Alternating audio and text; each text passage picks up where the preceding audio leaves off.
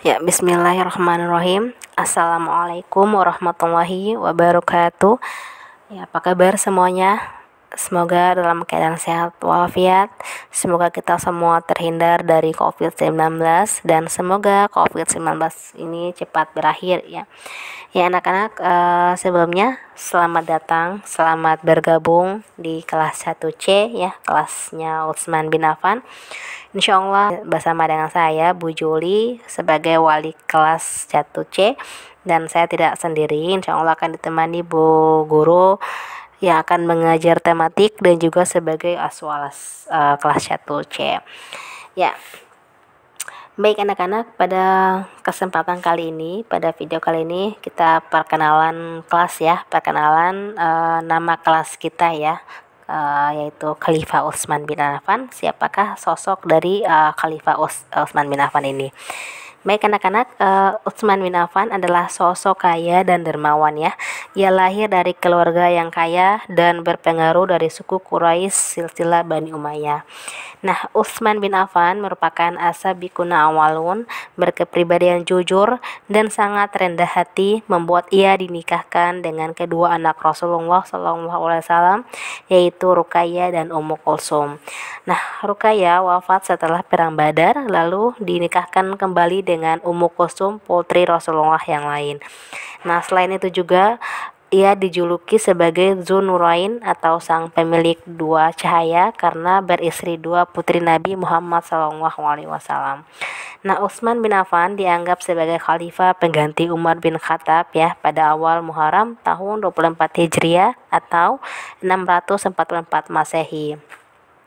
Sebelumnya, Khalifah Umar bin Khattab telah menetapkan 6 orang sahabat ya untuk bermusyawarah memilih khalifah di antara mereka.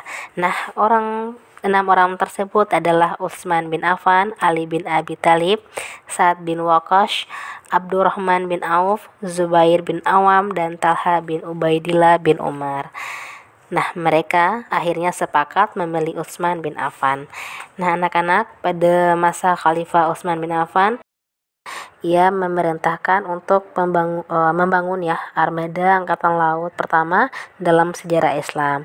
Nah, tujuannya adalah untuk menggagalkan setiap serangan balik dari Kekaisaran Bizantio ya.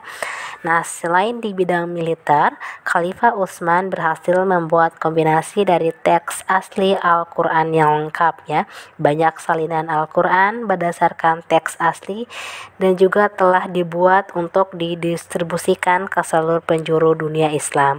Dalam mengerjakan proyek ini, beliau dibantu dan banyak mendapatkan masukan dari Zaid bin Sabit, Abdullah bin Zubair, Said bin Al-Ash, dan Abdurrahman bin Haris. Bahkan Utsman berhasil membangun administrasi kekhalifahan yang terpusat dan menetapkan penerbitan Al-Quran secara resmi. Kemudian di masa Utsman dibangun pula sebuah gedung khusus pengadilan agama yang semula berada di Masjid Nabawi. Nah, beliau juga memperluas Masjid Nabawi dan Masjid Haram. Selama 6 tahun pertama di masa pemerintahan Utsman, keadaan negeri aman dan stabil. Namun, 6 tahun berikutnya terdapat kekacauan politik dalam negeri akibat ketidakpuasan atas kebijakan pemerintahan Utsman. Sikap dan aksi keberatan serta penentangan terhadap Khalifah Utsman semakin kuat ya, sehingga para pemberontakan melakukan pengepungan di rumah Khalifah Utsman bin Affan dan menuntut satu di antara dua hal, yaitu yang pertama Marwah bin Hakam dihukum qisas dan Khalifah Utsman melepaskan jabatannya sebagai khalifah. Nah, kedua tuntutan tersebut ditolak oleh Khalifah Utsman dengan alasan Marwah bin Hakam baru berencana membunuh dan belum benar-benar membunuh ya. Berdasarkan sabda Rasulullah SAW bahwasanya engkau Utsman akan mengenakan baju kebesaran ya. Apabila engkau telah mengenakan baju itu, janganlah engkau lepaskan.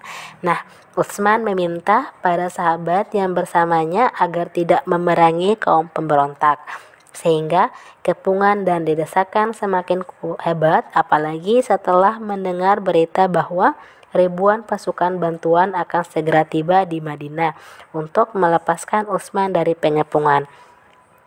Hal ini membuat keadaan semakin tak terkendali dan pasukan pemberontak kian menguasai keadaan. Akhirnya, tragedi berdarah yang sangat memilukan dalam sejarah Islam. Utsman bin Affan kemudian dibunuh oleh Muhammad bin Abu Bakar selaku kepala pemberontak dan Al-Ghifari. Utsman bin Affan wafat ketika sedang membaca Al-Quran pada waktu subuh, tepatnya terjadi pada tanggal 17 Juni 651 Masehi atau 35 Hijriah dalam usia 84 tahun. Ya, itulah sekelas sejarah tentang sosok seorang khalifah Utsman bin Affan ya, nama kelas 1C. Semoga kita yang berada di kelas 1C semuanya memiliki sifat dermawan seperti Khalifah Utsman bin Affan ya. Mungkin itu saja Bu Guru, akhir sampai di sini. Insyaallah kita ketemu di pertemuan selanjutnya ya. Wabillahi taufiq wal hidayah. Wassalamualaikum warahmatullahi wabarakatuh.